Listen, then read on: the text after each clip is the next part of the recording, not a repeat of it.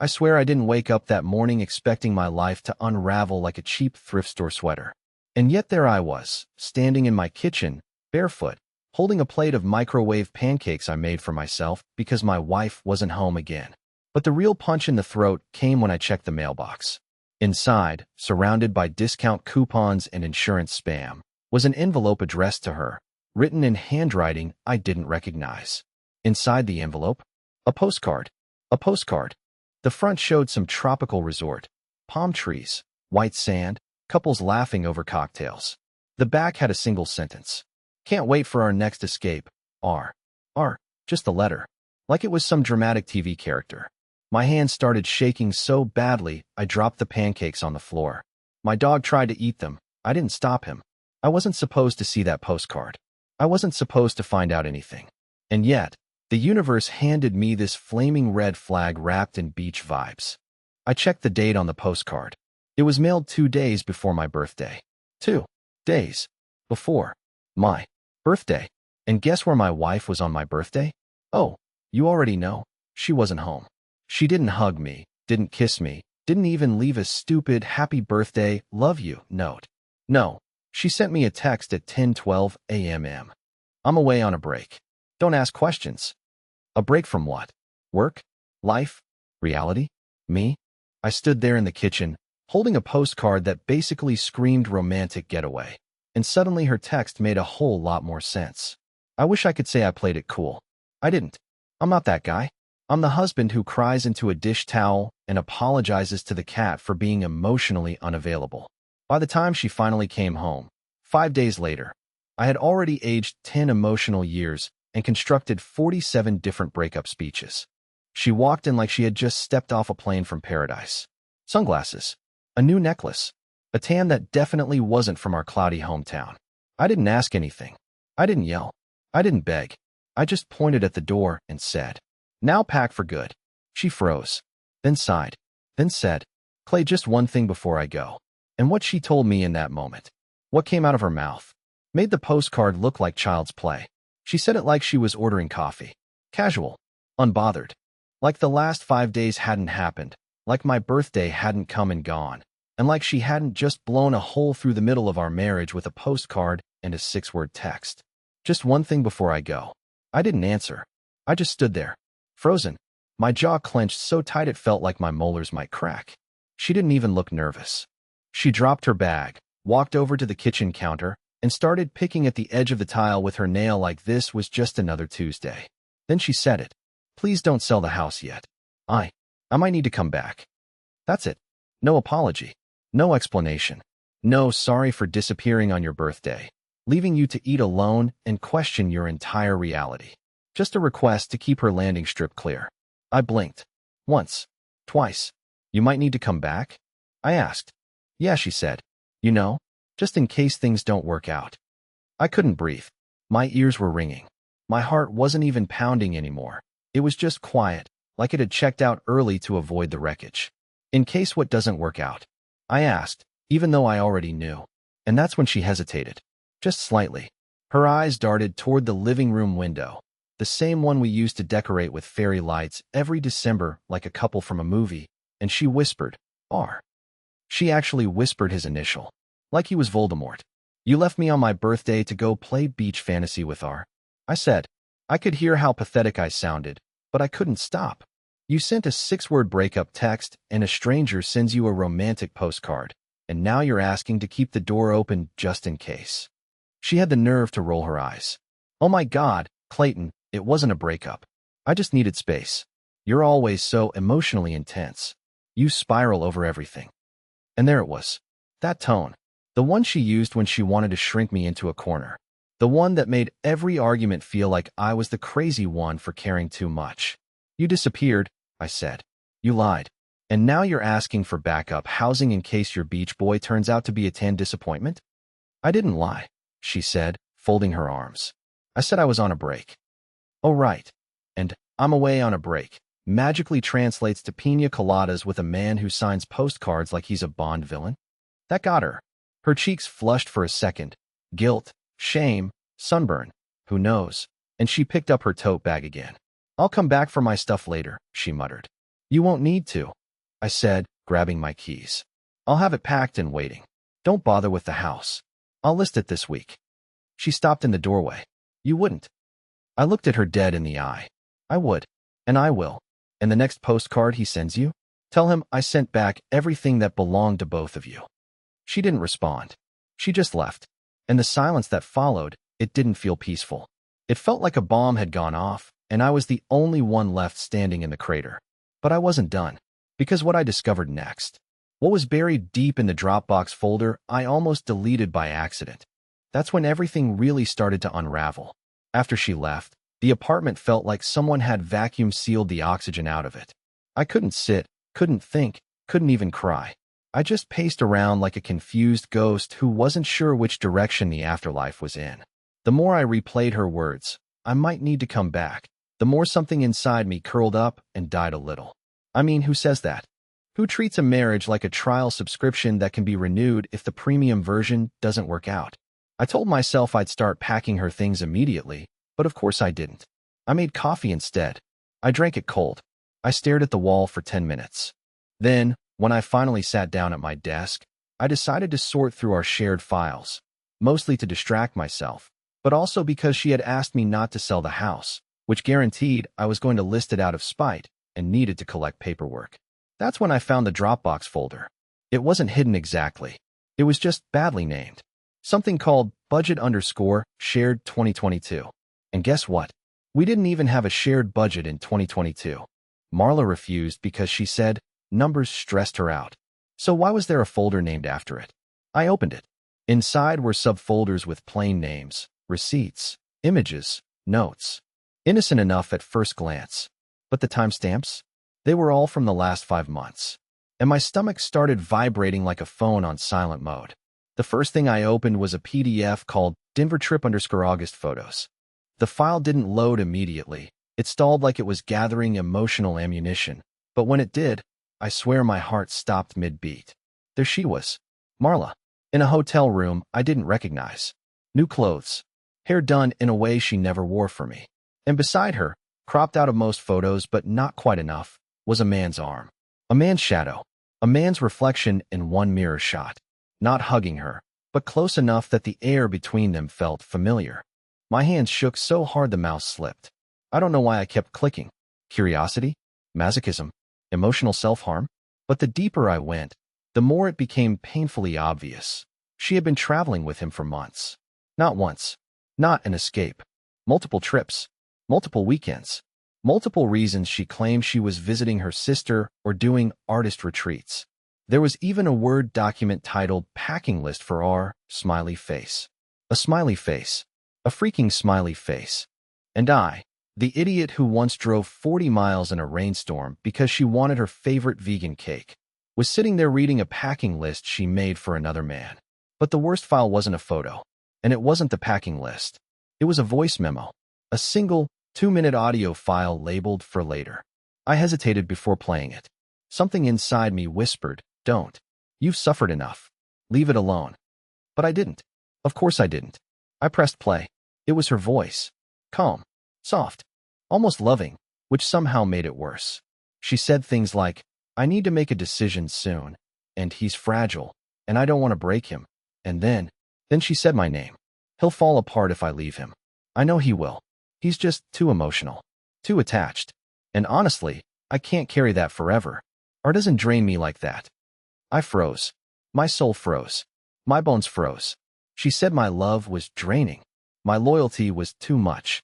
My heart, something I gave freely, was a weight she didn't want to carry.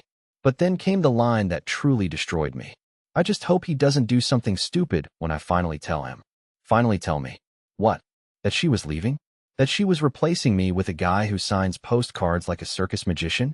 That was the moment the sadness inside me turned into something sharper. Cleaner. Not anger. No, I'm not that tough. But clarity. The kind that hurts, but also burns away the fog. And at that exact moment, my phone buzzed. It was her. "Can you not touch my stuff? I'll come by tomorrow." Tomorrow. Oh, she was absolutely not prepared for what tomorrow was going to look like. I didn't sleep that night. Not even a little. I lay on the couch with the lights off, staring at the ceiling while her words looped in my head like a cursed melody. Too emotional, too attached. Art doesn't drain me like that. I kept rewinding the voice memo, like I'd somehow misheard. Like maybe she meant someone else. But she said my name. My name. She talked about me like I was a dying plant she didn't have the energy to water anymore. By 5 a.m., I had made a decision. If she wanted to come by for her stuff, fine. But I wasn't going to hand her everything she left behind with a smile. She wanted out. She could have it. Just not the way she imagined. I started packing, but not the way she expected.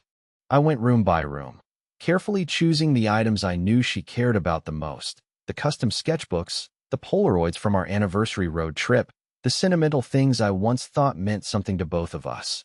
And I put them in a single box. Then I taped a note on top. You wanted space. Here's everything you left behind that felt like it mattered. The rest? I tossed into donation bags. I don't even care how that sounds. When someone lies to your face, disappears on your birthday, and then casually says they might come back if their beach boyfriend gets boring, you stop feeling guilty. You stop caring about playing fair. You start reclaiming your sanity. But I wasn't finished. The house. Oh, I listed it. Took photos. Called a realtor. I even wrote the description myself. Cozy 2-bedroom filled with bittersweet memories and occasional betrayal. Motivated seller. The guy on the phone chuckled. I didn't. Around noon the next day, her car pulled up. She didn't knock. Just walked in like she still had the right. She saw the box on the table first. Read the note. Didn't say a word. Then she looked around and realized something was off.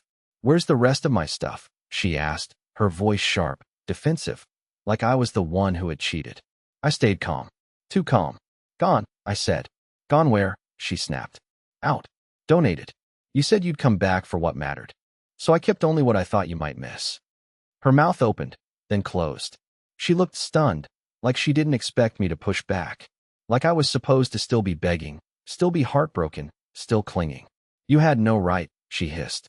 Oh, like you had the right to vanish for 5 days and come back tan with a guy's postcard in your bag? Don't talk to me about rights. She stepped closer. You're being cruel. I laughed just once. A sharp, tired laugh. You left me. You called me draining. You said I was too emotional. And now you want sympathy because your favorite boots are at Goodwill? She went quiet. That hit her.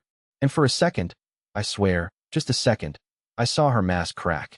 The calm, the arrogance, the detachment. It faltered, but only for a moment. You really want to burn everything down over one mistake? She whispered. One. I stepped toward her. How many trips did you take with him? How many times did you sleep beside me while texting him sweet dreams? How many voice memos did you record behind my back? She said nothing. So I continued. This isn't me burning it down. This is me walking out of a house that already caught fire and realizing I don't have to die in it. She blinked. Didn't speak. Just stood there. I handed her the box. She took it. And as she turned to leave, she stopped in the doorway and asked, What are you going to do now? I looked her dead in the eye and said, Breathe. For the first time in months. She didn't respond. She left. And this time, I didn't wonder if she'd come back. But the story didn't end there. Because what she didn't know, what I didn't even know yet, was that someone else had been watching this unfold the whole time. And they were about to drop a truth bomb that neither of us saw coming. I thought that was the end. I thought I'd finally closed the door, literally and emotionally. She left with the box, didn't look back. And for the first time in what felt like years, the silence in the apartment felt clean. Not empty. Clean. Like someone had finally opened a window after months of stale air. I didn't cry. I didn't yell. I didn't drink myself into a spiral or call her begging for answers. I just sat on the floor, leaned against the wall, and let the quiet be enough. But life doesn't let you off that easy, does it? The next morning, I got a message. Not from her. From someone else. A guy named Trevor. I didn't recognize the name. No mutual friends. Just a profile pic of a guy standing beside a motorcycle with a pixelated face. The message was short. Hey, I think we need to talk. It's about R. Just seeing that letter again made my stomach tighten. I almost deleted the message. But something told me not to. I replied, Why would I need to talk to you about him? Trevor's response came fast. Because he said he was single. And now I'm not so sure. Wait, what? I scrolled through Trevor's profile. Not much there. But it didn't look fake. His posts went back years. He lived in Colorado. He had pictures from concerts, biking trips, even what looked like couple photos, him and another guy. A man with a tattoo on his left hand. And that's when the pieces clicked. I opened the Denver trip photos again. Zoomed in. There, reflected in the mirror, R's hand on Marla's shoulder. Tattoo. Same one. Trevor messaged again. Look, I don't know who you are, but I found your name from a shared folder R left open. He'd mentioned someone named Marla. I saw some pics. I didn't want to believe it, but now I think I know why he kept disappearing. I had to reread it twice, because what Trevor was saying, what he was implying, was that R had been cheating too. On Trevor. With Marla. It wasn't just betrayal. It was betrayal in both directions. I asked, are you saying you and R? Trevor sent a thumbs-up emoji, then added, 3 years. Lived together. I thought we were building something real. Guess we both got blindsided. I didn't know what to feel. Shock. Validation. Disgust. Some twisted blend of all three. For a second, I even laughed. Not because it was funny, but because this had gone from tragic to absurd so fast it broke the sound barrier. My wife had an affair with a man who was already in a long-term relationship with someone else. She left me, thinking she was upgrading, only to become the other woman in someone else's heartbreak. Trevor offered to call. I said no, I couldn't handle a voice. Not yet, but I thanked him for reaching out. I told him I was sorry. He said, yeah, same. And that should have been the end, right? But about an hour later, I got another message. This time from Marla. Just 4 words. We need to talk. I stared at it for a long time. I didn't respond. But I knew one thing. She didn't know that I knew. Yet.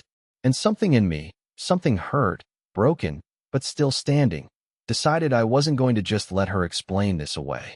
No. I was going to make sure she heard exactly what she turned herself into. Because sometimes, silence isn't strength. Sometimes, the loudest thing you can do is tell the truth with your chest wide open, and let the pieces fall where they may. I stared at her message for a full hour. We need to talk. That's what she said. 4 words. No punctuation.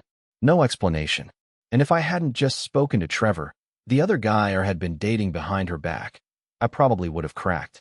I probably would have given in to curiosity, to heartbreak, to that toxic hope that maybe, just maybe, she was sorry. But I didn't reply. Not right away. Instead, I took my time. I thought about everything. How she'd walked out on me like I was an old sweater that stopped fitting. How she left on my birthday without a single word. How she kept her options open like I was a safety net. So I drafted a message. I wrote it slowly, deliberately. It wasn't cruel. It wasn't dramatic. It was honest. Sure, but I'll talk only once. And only in person. I want you to hear everything. She agreed, of course. Told me she'd come by after work. As if we were just scheduling coffee, not a confrontation that would burn every last bridge we'd ever walked together. I planned it out. I didn't yell when she showed up. I didn't scream or cry or throw things like you see in movies. I just sat her down in the living room, same place where she used to fall asleep on my shoulder, and I told her I knew. About everything. About R. About Denver. About the lies. And then, like a blade sliding slowly between ribs, I told her about Trevor. Her eyes widened. Her lips parted like she was about to deny it. But the words never came. She froze. Not because she was caught, but because she'd been betrayed too. And that hit her harder than anything I could have said. I found out from Trevor, I said calmly. Turns out your upgrade had a long-term boyfriend. 3 years. They lived together. While he was with you. She didn't speak.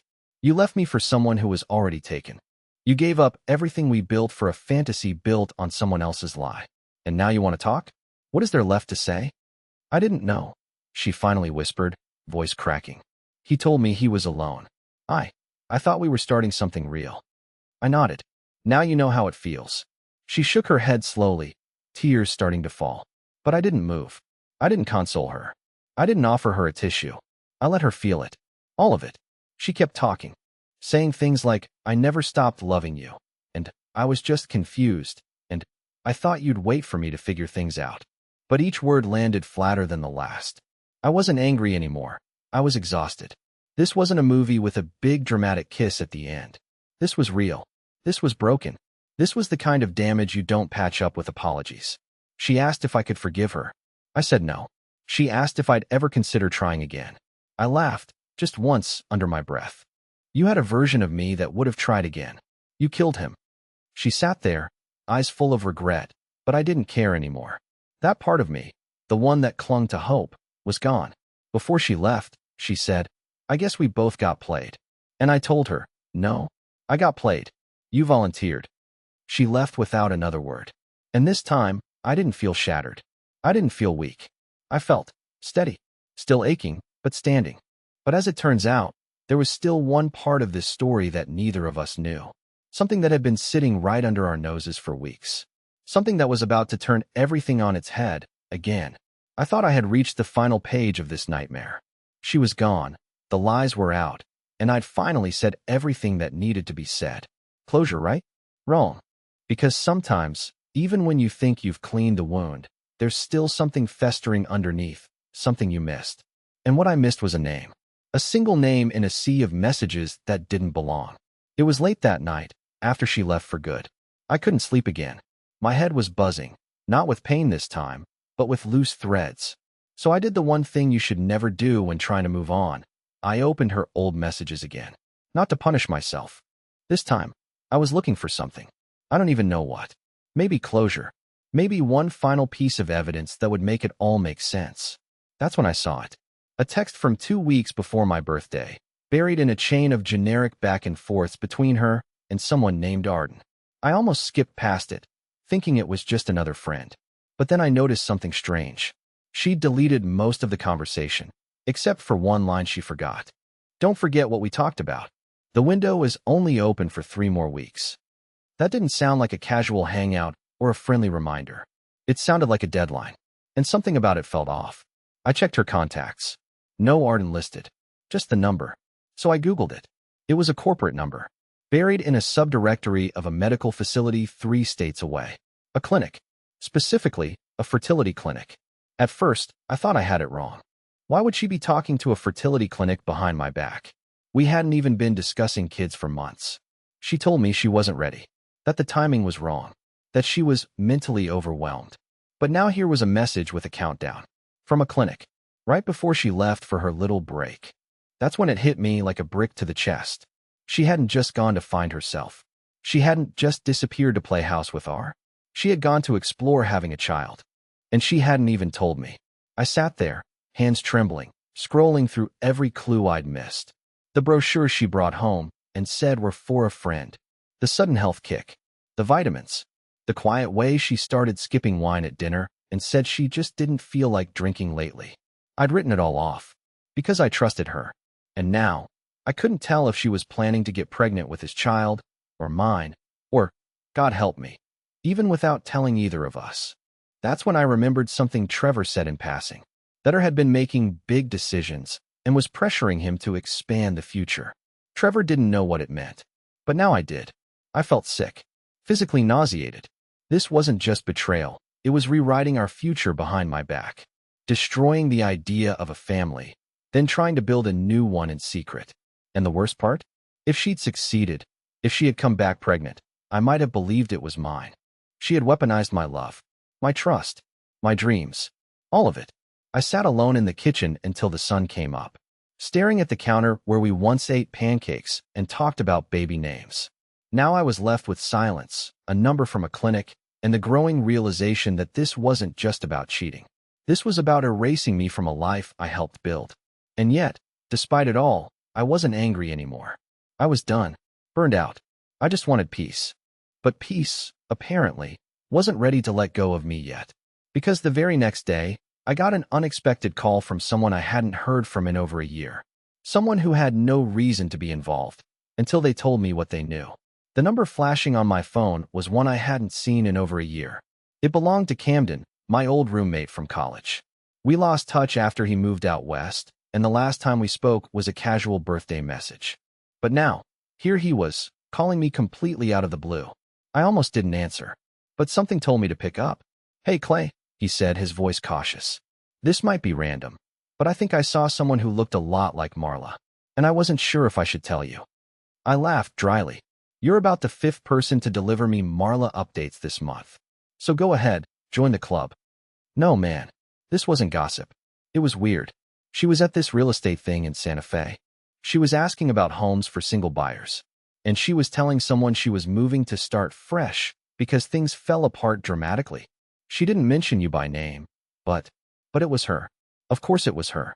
And yet, hearing it from someone removed from the chaos, someone who wasn't tangled up in the mess, it hit differently. It felt final, like the last scene in a play that had already dragged on for too long. She was gone. She was rewriting the story for herself, and for the first time in a long time, I didn't feel like chasing the truth anymore. I thanked Camden and hung up. Then I did something I hadn't done in weeks. I opened the curtains, and I saw sunlight. Not just outside, in me. I felt it. This quiet warmth that hadn't been there since before the lies started piling up. I wasn't healed. I wasn't over it. But I was finally, standing on the other side of it all. That day, I went for a walk. No destination. No purpose. Just movement. And halfway down the block, I passed by a community art class being held in the park. A few people were sketching trees, laughing, trading pens. One of them, a woman about my age, noticed me staring and said, "You draw?" I almost said no. But then I remembered, before Marla, before all the hurt, I used to love sketching. I hadn't picked up a pencil in years. I shrugged. Used to. She smiled. Well, there's a spare easel. I sat down. It wasn't romantic. It wasn't a movie moment. But it was real. And for once, I wasn't sitting in my pain. I was just being. Breathing. Letting the world in again. In the weeks that followed, I found myself talking to people again. Eating real meals. Sleeping through the night. I even sold the house, not out of spite, but because I wanted a new chapter. A smaller place. A quiet space. Mine. I still think about everything that happened. The lies. The betrayal. The voice memo. The postcard. The fertility clinic. All of it. But it doesn't own me anymore. What she tried to break, I rebuilt. Not by rushing into someone new. Not by proving a point. But by choosing myself. By remembering that love doesn't have to be begged for, chased down, or earned with silence. Sometimes, the most powerful thing you can do after someone shatters you is stand back up anyway. And now? Now I wake up in a home where every inch feels like peace. And not once have I missed the sound of her voice. Thanks for listening.